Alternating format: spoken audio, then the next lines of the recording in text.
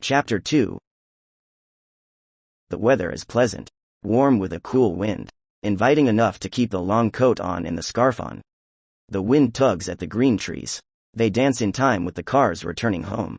Everyone has time off. Kota looks down at his watch. 4 p.m. he thinks. The smell of spring is in the air. He enjoys the warm sensations that lift his spirits. Recharges for the summer, when the outdoor life is open. Even Kota feels he needs to be out. He feels the sharp wind. Nostalgia settles into his body. Even after 2 years, he still thinks about the winter that changed his life. A car pushes, throws him out of the tank. He looks up at the sign for the cafe. Reminds himself, this is the real cafe. The right day, the right time. Flowers adorn the window, big red roses, some white. Should I buy her a stem? Kota asks himself. Will be the answer. The wind carries sweet fragrance with it. Gooseberry and cinnamon. He makes eye contact with Akeda. Says nothing. Let the lady have the first word. She is wearing a green fleece jacket. Underneath, she has a beige thin sweater. Her breasts sway in the garment. She walks like a lady. High black stilettos. She always said she would walk over my back with them on. Tells Kota, himself. She throws her arm around his neck. Pressing into Kota, he tries to do the same. Like a bear grabbing the salmon. The bosom presses into his ribcage. Have you gotten bigger since the last time? What exactly do you mean by that? Kota asks. He wonders. Sees no change in his body. Your shoulders. It's like you've got bigger shoulders. It is felt like that. Haven't you started exercising more? Let's go in and sit down and we can talk about all the many things that have happened since we last saw each other. I have changed quite a bit, says Kota. He holds the door open for her, looking at her bottom, which is tightened well by the tight black pants. She never gets anything in those back pockets. Thinking Kota, they sit down. Kota gallantly tries to provide for Akeda. He pulls out the chair for her. Facing her, he lightly lifts up his shirt sleeve. Discreetly, he keeps up with the times. You said there had been changes in your life. Does that mean you've finally got a girlfriend or changes on a personal level? I have learned that living with oneself can easily be a pleasure.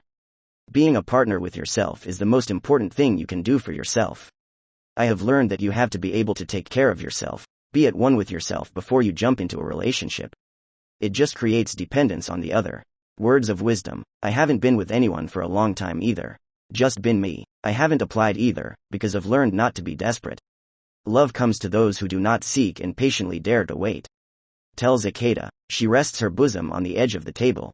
Kota's attention is caught, like a mosquito to an insect catcher. It sounds more like something that could be in a fortune cookie. Laughs Kota. You are silly. Akeda rolls his eyes, teasing, bordering on flirtatious. Kota shakes his head. He looks down at the clock. 16:21. Today he has not agreed on a time to be home. It's the weekend now, and he has no deadlines that must be observed. Kota slowly exhales all his air through his nose. Finally he can relax. It's nice to be back. To the same city, the same apartment, the same people, except for a few new ones.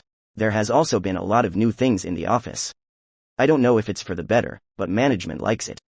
And the ladies in the office like it. Ladies? Yes, they have done some lifting on the part of the management, where we have to sit with the telephone switchboard. There are mostly ladies. You know there aren't many female cops like you. Besides, it's rare to see you. Yes, that's clear. Since you were transferred, I took several hours in the field. I just stayed there. Tells Akeda. You're starting to like it? Answers Kota. Yes, there is more action at work. The only difficult thing is remembering all the things when you get back to the station. We only have 1 hour to write reports in. It's pressure, but worth it in the end. I don't miss that. Sit down and write. I don't understand you like it. Says Akeda. Her hair sways with the big arm movements. Kota notes the length has changed dramatically. Now that is not what I have missed most about the job. I enjoy writing, it's relaxing. You also have to think about the fact that you will get old at some point. It's not something you should worry about at all. Better tell me how you changed your life. I'm curious, Akeda now. Maybe girlfriend Akeda? I have started to get more into sports, or fighting. I found a center where they had a training academy. I had a flair for that. I continued and then I just got good at it. There is nothing more to say in that matter. You also tell it all so excitingly. What are you fighting for? Krav Maga. Many do karate, or jiu-jitsu, but I'm now just into the direct and violent. I like to fight like an aggressive 4-year-old. I have also been to the shooting range quite a bit. I burst one of my eardrums last spring from simply shooting so much. I have become good. I know it sounds like a lot, and you'd think I was compensating for what happened back then, but it's just a hobby now. So stop psychoanalyzing me like you usually do. I'm sorry, I don't. I just see a man enjoying his freedom. He just wants an active lifestyle. I have to admit, it makes you a little more manly to know those things. So can you protect me out in the city? Drop the psychoanalysis. And yes, I wish I could. How's your life? I understand it is important for you to mention you are still single. Yes, we broke up. Sometimes you discover that the person you are with is just not the person you fell in love with. You both develop, and then you grow apart. I think I've just grown to a different place than I was 2 years ago. Maybe 5 years ago. I have grown closer to you. It's nice you wanted to meet. Have you seen my nails?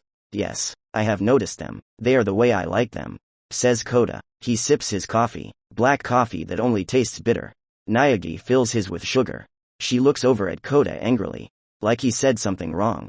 Ignorantly, he moves the spoon further into the coffee. Didn't I say it's noisy? Which? Kota asks, uncomprehending. The spoon hammers against the porcelain facade of the coffee cup. That noise? I thought you had stopped correcting me. That's one thing I haven't missed from you. The controlling way you treat people. I know you want to say something and argue against it. You are not mad, you are determined. You are not controlling, you are accommodating and can find a compromise. I don't want to listen to it. Not today. So now rather enjoy the day and live life with the knowledge that everything, you cannot control. I have done that, tells Kota. He swallows the coffee, pouring it in, like a desert wanderer who hasn't seen a drop of water for days.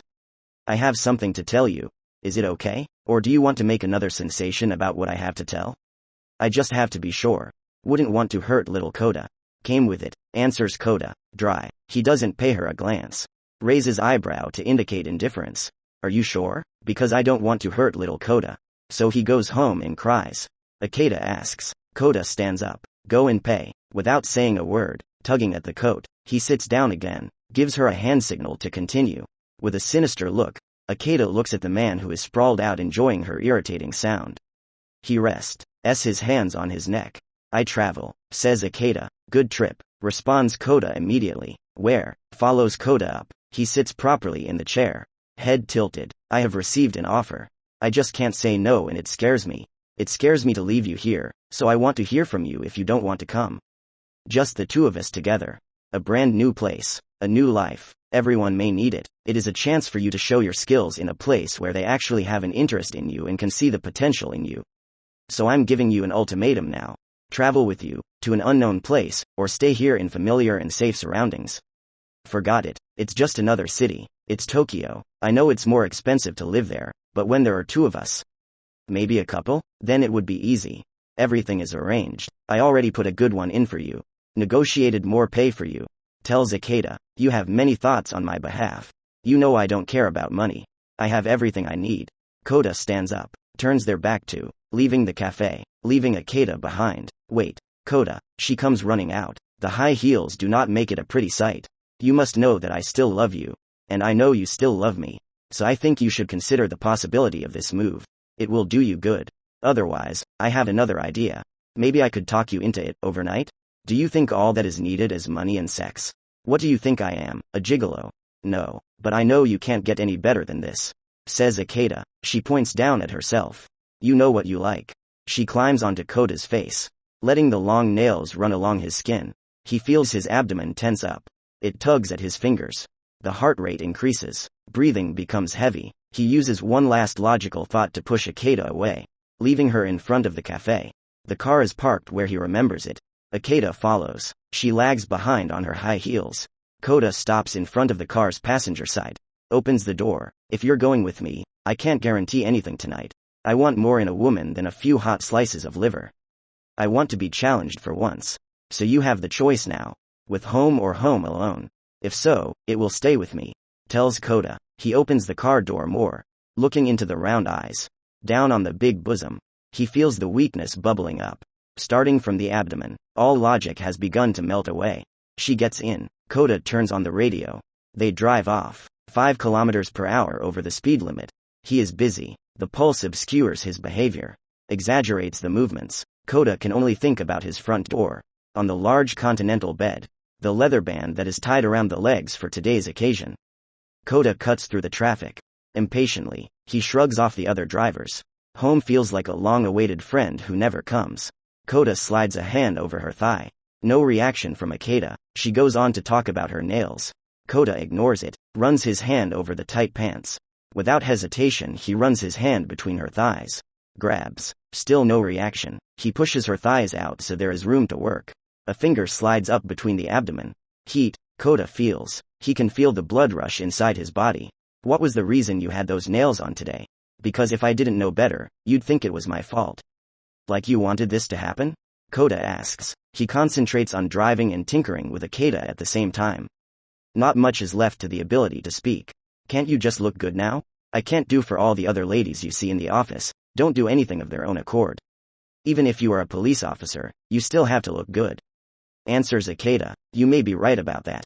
However, I spoke to someone. She seemed nice. Tells Kota. Who was it? Akeda as. KS. She snarls. I think her name is Yaga. She talks a lot. Flirting I guess, but I've never been her type.